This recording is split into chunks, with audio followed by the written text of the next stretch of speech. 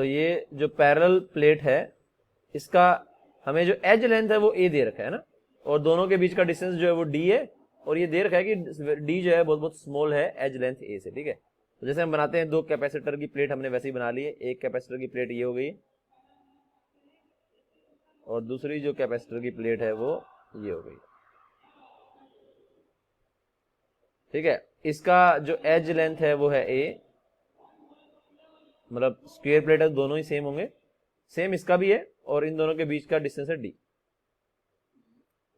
और इसको तुमने जो है वो चार्ज किया है V वोल्ट के पोटेंशियल से, तो एक चार्ज आ गया होगा जिसका वैल्यू तुम जानते हो CV के बराबर होगा, ठीक है। अब ये बोल रहे हैं कि ये जो है made to move with constant direction along one of the axes. तो तुम्हारी इच्छा है, चाहो तो इसको ऊपर ले जाओ, चाहो तो इसको अंदर ले जाओ, जहां तुम्हारी इच्छा हो, ठीक है। लेट्स से अपन अंदर ले जाएं कि अंदर जो है वो V वेलोसिटी से मूव कर रहा है ऐसे, ठीक है, V वेलोसिटी से मूव कर रहा है, ये भी जाहिर सी बात है साथ में प्लेट मूव कर रही है। तो how much magnetic field exist inside the capacitor, तो कैपेसिटर के अंदर तुम्हें मैग्नेटिक फील्ड जो है वो निकालनी है, ठीक है। अब इस क्वेश्चन को मैं बिल्कुल बच्चे के अप्रोच से ही इसको तुम्हें सोल्व करने की कोशिश करवाता हूं। अब जैसे कशिश बोलती है सर कैसे मालूम पड़ता है कि क्वेश्चन को कैसे सोल्व किया जाए, तो अब अपने को निकालना है मैग्नेटिक फील्ड। अब मैग्नेटिक फील्ड निकालने के लिए अपने दिमाग में क्या क्या आएगा कि यार करंट अगर होती तो सोचते कि मैग्नेटिक फील्ड कैसे निकालेंगे ना, बायोट सर्किट लगाना है या कैसे काम करना है या एम्पीरियल लूप लगाना है।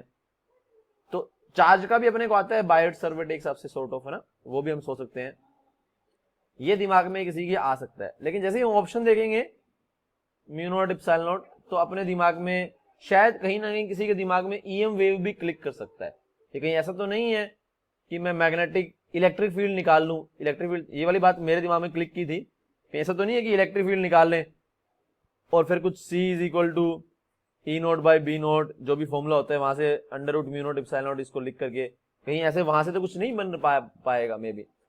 लेकिन ऐसा यहाँ पर नहीं हो पाया क्योंकि यहाँ पर इस चीज को होने के लिए पहली बात तो उसने कहीं पीक वैल्यू वगैरह का नाम नहीं दिया हुआ, ठीक है। यहाँ से भी अपने को हिंट मिल जाता है, मतलब पूछा है कि मैग्नेटिक फील्ड कितना एग्जिस्ट करता है, अगर ऐसा कुछ होता तो शायद मे बी पीक वैल्यू बोलता वो, तो अपन दिमाग अपना EM वेव की तरफ जाना चाहिए था। अगर उसने पीक वैल्यू वगैरह नहीं बोला है, मैं नहीं कह रहा हूँ कि पीक वैल्यू बोला तो पक्का उसी से आंसर आता है, लेकिन कहने का मतलब है कि जब पीक वैल्यू वगैरह ऐसे आएंगे, ये मैं बता रहा हूँ तुम्हें कि किस तरह से हम क्वेश्चन को अप्रोच कर सकते हैं कि अपने को क्या लगाना है उसमें, है ना।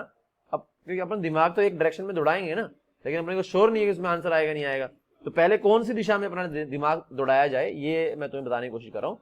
तो क्यों हम EM वेव की तरफ इसमें जा नहीं रहे हैं, तो कहीं भी पीक वैल्यू वगैरह नहीं बोला गया। दूसरा, टाइम वेरिंग मैग्नेटिक फील्ड भी मेरे ख्याल से नहीं होगा, ऐसा नहीं होगा टाइम वेरी करेगा, जरूर तुम उसको ऊपर लेकर के जाओगे तो जो रीजन उससे बाहर हो जाएगा वहां पे मैग्नेटिक फील्ड जीरो हो जाएगा, लेकिन टाइम वेरिंग मैग्नेटिक फील्ड यहाँ पर नहीं आ रहा है। कोई चार्ज जो है उसका स्पीड हम इंक्रीज नहीं कर रहे हैं कि करंट में कोई इफेक्ट आए और जिसके कारण मैग्नेटिक फील्ड टाइम वेरिंग बने। तो ये दो रीजन है जिसके कारण हम EM वेव की तरफ जो है वो नहीं जा रहे हैं, ठीक है। तो अगर EM वेव की तरफ नहीं जाएंगे तो फिर अपने पास यही बचते हैं एम्पीरियल लूप लो या बायोट सर्किट लो, है ना, जिसको भी तुम बोलो। तो उसके एंगल से अगर हम सोचें तो ये इसने यहाँ पर हमें दे रखा है कि एक ये तुम्हारे इनफाइनाइट्स जो है, ये इसका तुम लेंथ जो है वो इनफाइनाइट मान सकते हो, ठीक है। तो अगर इधर जा रहा है तो इसको मैं एज गुड एज बोल सकता हूँ कि चार्ज अगर ऐसे मूव कर रहा है, एक सेकंड रुकना जरा, ये करने लगा, चार्ज अगर ऐसे मूव कर रहा है तो इसको मान सकते हैं कि करंट है इस डायरेक्शन में। अगर चार्ज इधर मूव रहा है तो करंट इस डायरेक्शन में हो गया, अरे उठाओ कुछ, तो करंट ऐसा हो गया, ठीक है, करंट ऐसा हो गया इस तरह से, और मुझे उसके कारण यहां पर निकालना है, इसको मैं इनफाइनाइटली लार्ज मान सकता हूं as compare to distance between them. तो क्या हमने ऐसा क्वेश्चन पहले कभी किया है? मुझे तो लग रहा है, जैसे अगर सपोज करो मैं इसको सामने से देखूंगा तो मुझे क्या लगेगा, एक प्लेट के अंदर करंट जा रहा है, ये लगेगा मुझे एक प्लेट के अंदर करंट जा रहा है। तो क्या मैंने ऐसा क्वेश्चन हमने पहले कभी किया हुआ है कि प्लेट के अंदर करंट जा रहा है ना। इसको तुम देख पा रहे हो, मैंने कहां से देख रहा हूं, मैं इसको यहां से देख रहा हूं, यहां से प्लेट के अंदर करंट जा रहा है इस तरह से, है ना। करंट का टोटल वैल्यू I हो गया और ये जो लेंथ है ये A ही है, ठीक है। और इनफाइनाइटली लार्ज इसको हम ट्रीट कर सकते हैं, ठीक है, क्योंकि इसने ये हमें अजम्पशन दे रखा है। तो ये तो हमने किया हुआ है, अगर तुम्हें याद हो तो। इसमें हमारा मैग्नेटिक फील्ड कैसा होगा हम देख सकते हैं, यहाँ पे इसके कारण ऐसा होगा, तो जो बीच वाला है उसके कारण ऐसा होगा। ये बंद कर दे पूरी, दरवाजा बंद कर दे, दरवाजा बंद कर दे।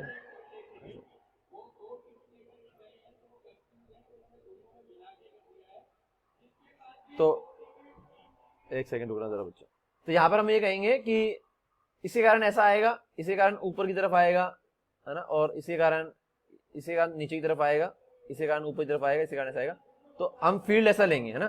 तो एम्पीरियल लूप हम क्या सेलेक्ट करेंगे, ऐसा सेलेक्ट करेंगे। इनफाइनाइट उसने बोल रखा है तो ऐसा सेलेक्ट करेंगे एम्पीरियल। ठीक है, तो ऐसा हमारा एम्पीरियल लूप हो गया। ठीक है, और हमारा इलेक्ट्रिक फील्ड का डायरेक्शन भी कुछ इस तरह से हो गया। ठीक है, तो यहां पर हम करेंगे ई इंटू में, ये सिर्फ एक के कारण निकाल रहे हैं। ठीक है, ई इंटू में यहां आएगा एल। ठीक है, सेम अपना नीचे भी रहेगा, जैसे एक के कारण तो नहीं, वो तो पूरे कारण ही निकलेगा, है ना। इसी कारण भी कुछ फील्ड ऐसे ही रहेगा, क्योंकि यहां पर भी करंट ऐसे जा रहा है।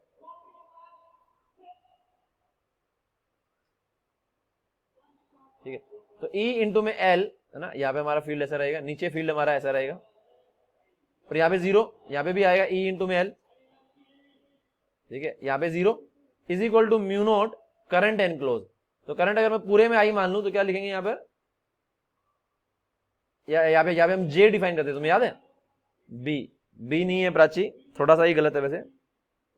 बी और ए में क्या फर्क है, अच्छा डी और ए का फर्क है, थोड़ा सा ही तुमने कुछ गड़बड़ किया है, थोड़ा दिमाग लाना। और तो यहाँ पर हम करंट बोलेंगे, तो करंट को पहले मैंने जे से डिफाइन कर लिया। यहाँ पर जे हमारा करंट पर यूनिट लेंथ है। ठीक है, तो मैंने जे डिफाइन कर लिया, जे क्या है, आई बाय लेंथ। तो इसको मैं लिख पाऊंगा यहाँ पे जे इनटू में ये वाला लेंथ, कितना माना है मैंने, एल माना है। ठीक है, ये तो हम लगा चुके हैं, अगर तुम्हें याद हो तो एल से एल कट जाएगा, तो यहाँ पे ई का वैल्यू आ जाएगा म्यू नॉट जे बाई 2। ठीक है, तो ये तो एक के कारण आ गया। ठीक है, उतना ही दूसरे के कारण भी आएगा। ठीक है, उतना ही हमारा यहाँ पर दूसरे के कारण भी उतना ही फील्ड जो है वो निकल करके आएगा। ठीक है, तो है ना, इस तरह का हमारा फील्ड रहेगा। तो टोटल जो हमारा फील्ड है, जो ई नेट जो हमारा है, वो कितना बन जाएगा बच्चों, ई नेट जो है। अच्छा एक बात जरूर, आधे लोगों को लग रहा है सर कैंसिल आउट नहीं हो जाएगा, कैंसिल आउट नहीं होगा, है ना। कई लोगों को लग रहा हो सर कैंसिल आउट हो जाएगा, क्योंकि अगर आप ऊपर ऐसी एक प्लेट बना दोगे तो उसके कारण तो ऐसा फील्ड आ जाएगा इधर की तरफ, और नीचे वाले के कारण ऐसा है। लेकिन चार्ज एक में पॉजिटिव एक में नेगेटिव है, तो उसी कारण जो डायरेक्शन है वो दोनों की समअप हो जाएगी। और यहाँ पे जीरो ऑप्शन भी नहीं है, तो सिंगल अपने तो अगला जो अगर ऊपर बनाएंगे तो ऐसा बनाएंगे फिर, क्योंकि चार्ज एक में पॉजिटिव होगा एक में नेगेटिव होगा, तो दोनों के कारण एडअप होगा, कैंसिल आउट नहीं होगा। ठीक है, ये बात समझ में आ गई सभी को। हाँ ठीक है, हाँ ठीक है, विपिन ने अच्छा इसमें बोला है। तो ई नोट का वैल्यू अपना कितना निकल कर गया यहाँ से, फिर डबल हो गया उसका। ठीक है, तो ई नोट का वैल्यू हम बोल सकते हैं, ई नोट का वैल्यू अपना फिर इस तरह से हो गया म्यू नोट जे, यहाँ पे जे है करंट पर यूनिट लेंथ। ठीक है, तो ई नोट अपना आ गया, म्यू नोट जे आ गया, और यही अपने को निकालना है बेसिकली। सॉरी ई बोल दिया मैंने, बी, यहाँ पे मैंने अच्छा ई लिख दिया, सॉरी माफ करना मुझे। ई की जो है बी, ये बी और ये भी क्या आएगा, बी नेट। ठीक है, म्यू नोट जे आ गया। अब मुझे सिर्फ यहाँ पर क्या निकालना है, जे निकालना। अरे मेरी किताब फाड़ेगा भाई, मुंह में ले ली, इसके साथ खेल ले भाई, तो इसके साथ खेल ले, इसको फाड़ ले। तो म्यू नोट जे अपना निकल करके आ गया। अब मुझे यहाँ पर जे का वैल्यू जो है वो निकालना पड़ेगा, जाहिर सी बात है। तो जे हमारा है करंट बाय एरिया। ठीक है, तो सॉरी करंट बाय लेंथ, तो हम ये तो लिख सकते हैं यहाँ पर, इसको लिख सकते हैं म्यू नोट, और जे को मैं कितना लिख पाऊंगा, आई बाय लेंथ। तो लेंथ कितना है देखो, ये इसमें पूरे में है, तो ये लेंथ तो ए है, तो आई बाय ए, ये अपना बी नेट हो गया। अपने को आई निकालना है, बस आई निकालते अपना आंसर आ जाएगा। आई वैसे निकालें तो यहाँ पे कर देता हूं मैं। तो आई को हम कैसे निकाल पाएंगे बच्चों, आई हमारा होता है, आई को हम क्या लिख सकते हैं, आई हमारा कितना होगा, चार्ज में भी है ना, आई क्या होता है, D Q by D T, तो क्यू बाय टी हम यहाँ पर उसको लिख सकते हैं। ठीक है, तो आई हमारा कितना हो जाएगा, क्यू बाय टी हो जाएगा। तो आई को मैं यहाँ पे लिख दूंगा बच्चों म्यू नोट बाय ए, और आई को मैं क्या लिख दूंगा, क्यू बाय टी।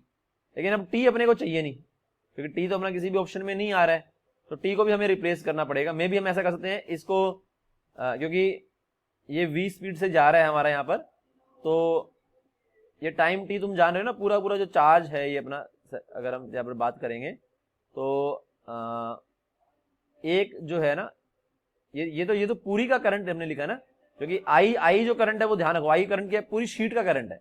तो पूरी शीट में चार्ज कितना है, क्यू चार्ज है पूरी शीट में। ठीक है, और इसका स्पीड v है, तो हम ये भी जानते हैं कि ये a डिस्टेंस चल जाएगा कितने टाइम में, ये जो टाइम t लिखा है, हमने पूरे चार्ज को पास करा दिया टेक्निकली, कि यहां से लेकर यहाँ चला जाएगा। तो पूरा चार्ज है क्या, पूरा चार्ज तो q है ना टेक्निकली। ये वाली बात तुम समझ पा रहे हो नहीं समझ पा रहे हो, कि ये इसका जो स्पीड है वो v है, तो कितना डिस्टेंस से चलेगा, a डिस्टेंस कितने टाइम में चलेगा, तो ए डिस्टेंस ये चलेगा, distance is equal to speed upon में टाइम। तो v क्या होता है, speed is equal to distance upon time होता है। देखो क्या क्या फॉर्मूले बोल रहा हूँ मैं, speed is equal to distance upon में टाइम। यहाँ पे हम लिख पाएंगे, ये तुम होपफुली सारी चीज समझ पा रहे होगे, नहीं समझ पा रहे तो बता देना। v is equal to a by T लिख सकता हूँ मैं, ये वाली बात सभी को समझ में आ रही है। यहाँ पे हमने i को लिखा है q बाई टी, तो q कौन सा चार्ज है, क्या सिर्फ एक लाइन का चार्ज है, नहीं, ये i हमने पूरे में करंट i बोला है, तभी तो हमने ऐसे किया है, i बाई टोटल लेंथ हमने यहाँ पे लिखा है, ठीक है, i बाई टोटल लेंथ उसको हमने j बोला है, तो पूरे में करंट है ये, ठीक है। तो ये पूरा पूरा चार्ज जो है वो q है। तो यहाँ पे हम जानते हैं कि स्पीड अगर v है तो v को मैं लिख देता हूँ distance a in time t, क्योंकि ये पूरा का पूरा चार्ज जो है वो फ्लो करेगा t टाइम में। तो ये तुम देख पा रहे हो, इसको रिलेट कर पा रहे हो। मैं थोड़ा सा इसको एक्सप्लेन करने में थोड़ा सा मुझे ऐसा लग रहा है कि हल्का सा मैं कम इसको एक्सप्लेन कर पा रहा हूँ, लेकिन ये पूरी पूरी चार्ज पे जो चार्ज है वो q है, और अगर v से मूव कर रही है तो हम ये बोलेंगे t टाइम में पूरा पूरा चार्ज q पास करेगा, और स्पीड उसका हमें प्लेट का v दे रखा है, तो v is equal to a by T, हम इसको ऐसे लिंक कर सकते हैं। तो बेसिकली मैं टाइम को यहाँ पे लिख पाऊंगा a बाई v, तो टाइम को मैंने क्या लिख दिया यहाँ पर a by v, a by v। अब मुझे यहाँ पे कुछ नहीं करना, अब मुझे यहाँ पे क्या करना है, इसका वैल्यू रख देना है q का, तो q क्या होगा cv, तो mu naught by a square v, और q का वैल्यू मैं रख दूंगा cv, और c कितना होता है इप्सिलॉन नॉट a, एरिया क्या होगा a स्क्वायर बाय d, है ना, तो c, और ये v वेलोसिटी हो गया, और ये यहाँ पे cv पोटेंशियल का v आ गया, तो a स्क्वायर से a स्क्वायर कट गया बच्चों, तो आंसर अपना निकल करके आ गया mu naught epsilon not v और पोटेंशियल अपॉन में d, या आंसर a है, हाँ d ही है, तो ऑप्शन a अपना जो है वो करेक्ट ऑप्शन हो जाएगा, ठीक है। तो ये अपना जो है वो आंसर आ जाएगा, होपफुली मैंने सही निकाला, नीचे a तो नहीं है, मैं चेक कर लेता हूँ इसका आंसर b तो नहीं है कहीं, कि मैंने कोई भूल चूक तो नहीं कर दी, d अपना कहीं भी निकल करके ही नहीं आया है ऑप्शन में ना, d कहीं भी नहीं आया है, मैं चेक कर लेता हूँ भाई कोई अपना अगर आंसर मैच नहीं किया होगा। अच्छा ठीक है, अपना आंसर करेक्ट है, यही इसके अंदर आंसर है, ठीक है। तो ऐसे मैंने तुम्हें बताया है कि इसको तुम्हें कैसे अप्रोच करना चाहिए, ठीक है। होपफुली मैंने तो ठीक से एक्सप्लेन करने की कोशिश की है, हालांकि ये वाली बात अगर समझ में ना आई हो तो मेरे से पूछ लेना दोबारा से, ठीक है। तो ऐसे हम सोच सकते हैं कि जो हमें, अब देखो ये टेक्निकली इसको मैं बोलता हूँ प्रॉपर जेई का क्वेश्चन हो गया, मैं ऐसा नहीं कह रहा हूँ ऐसा क्वेश्चन आएगा, और ना ही मुझे क्वेश्चन बहुत पसंद है कि मुझे कोई बहुत अच्छा लगा क्वेश्चन ये, लेकिन मेरा कहने का मतलब इतना है, क्या इसको सोल्व करने के लिए हमें क्या यूज करना पड़ा, एम्पीरियल लूप लो यूज करना पड़ा, ये रिजल्ट हमने निकाला भी हुआ है, तो फ्रेंडली भी आ गया सबसे, ठीक है। और हमें कैपेसिटर का चार्ज सीवी यूज करना पड़ा, क्या ये सारी नॉलेज हमारे पास नहीं है हमारे पास, लेकिन क्या हम इसको अप्लाई कर सकते हैं, यही जो है वो बात है। जेई में तुम्हें यही करना है, ऐसा क्वेश्चन हमने पहले कभी देखा नहीं, लेकिन जो सोल्व करने के लिए रिक्वायर्ड नॉलेज चाहिए वो पूरी पूरी हमने क्लास में ली हुई है। तो जेई में तुम्हें बिल्कुल इसी पैटर्न पे क्वेश्चन सोल्व करने हैं कि नॉलेज अलग से नहीं चाहिए होना चाहिए, ऐसा नहीं होना चाहिए हमें कोई बहुत एक्सक्लूसिव नॉलेज नहीं चाहिए क्वेश्चन को सोल्व करने के लिए, क्योंकि जेई में एक्सक्लूसिव नॉलेज की जरूरत नहीं है, सिचुएशन जरूर नहीं होगी। तो जैसे मैं जेई का बोलता हूं, पर सर ये प्लेट इनफाइनाइट थोड़ी है, उसने बोल रखा है कि जो एज लेंथ ए है is much smaller than the edge length a, जो डी है दोनों के बीच का जो डिस्टेंस डी है, और जो हमें मैग्नेटिक फील्ड निकालनी है वो भी पास में ही निकालनी है। फिजिक्स में इनफाइनाइट नाम की कोई चीज नहीं होती, इनफाइनाइट होता है इन कंपैरिजन टू, अगर तुम बहुत पास काम कर रहे हो प्लेट के, then this plate will be treated as infinite plate, ठीक है। तो इनफाइनाइट प्लेट हम इसको ट्रीट कर सकते हैं, क्योंकि नहीं तो इनफाइनाइट जो भी हमने रिजल्ट निकालेंगे कोई मतलब ही नहीं है, क्योंकि फिजिकल वर्ल्ड में इनफाइनाइट तो कोई चीज है ही नहीं, ठीक है। लेकिन हम अगर बहुत पास काम करते हैं तो उसको इनफाइनाइट की तरह ट्रीट करते हैं, तो यहाँ पर भी वही काम हो रहा है, ये इसका कहीं तो इस्तेमाल करेंगे ना, मच स्मॉलर लिखा हुआ है, ठीक है। तो ये इस फंडे पे तुम्हें चलना है, होपफुली तुम्हें समझ में आया, यही जेई का थीम है कि ज्ञान वही लेकिन कंसेप्ट जो है वो नया, ज्ञान हमारा वही, जो कंसेप्ट है हमें वो नया लगाना, ठीक है।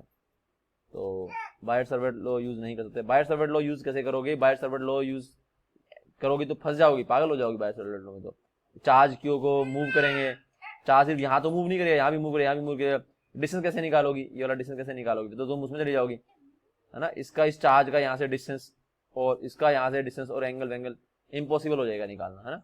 तो एम्पीरियल लूप लॉ से अपने को करना है इसको, ठीक है। मेरे ख्याल से इसमें कोई डाउट नहीं होगा किसी को। देखो ये क्वेश्चन मैं ऐसे नहीं करा रहा हूँ, देखो अपने को मैं बार बार बोल रहा हूँ, अपने को जेईई में एडमिशन लेने के लिए एक्सक्लूसिव कंसेप्ट नहीं सीखने हैं, कंसेप्ट वही लेकिन अप्रोच नहीं। लोग में आ रहा है बायर सर्वेट से, नहीं बायर सर्वेट से मुझे लगता नहीं तुमने सोल्व कैसे किया, मुझे हैरानी हो रही है। अच्छा अपना 1 मिनट रह गया, अपने को रिकनेक्ट करना पड़ेगा, ठीक है, और हम अगला क्वेश्चन लेते हैं। तो अगला क्वेश्चन बहुत ही फेवरेट है मेरा, तो वो हम लेते हैं। बायो में तुम कर नहीं पाओगे यार, इसका डिस्टेंस यहाँ से कैसे निकालोगे, फिर इसका अलग से, इसका अलग से, एंगल अलग से, तो वो सब इम्पॉसिबल है वायर वाले रिजल्ट से। वायर वाले रिजल्ट से मे भी उससे तो कर सकते हो, लेकिन ये वायर वाले रिजल्ट ही तुमने यूज किया है, फिर तुमने उसको इनफाइनाइट शीट ट्रीट नहीं किया होगा, ये गड़बड़ कर दोगे ना, तो उस कारण से उलझ जाओगे फिर कहीं ना कहीं। ठीक है चलो हम बढ़ते हैं अगले क्वेश्चन की ओर।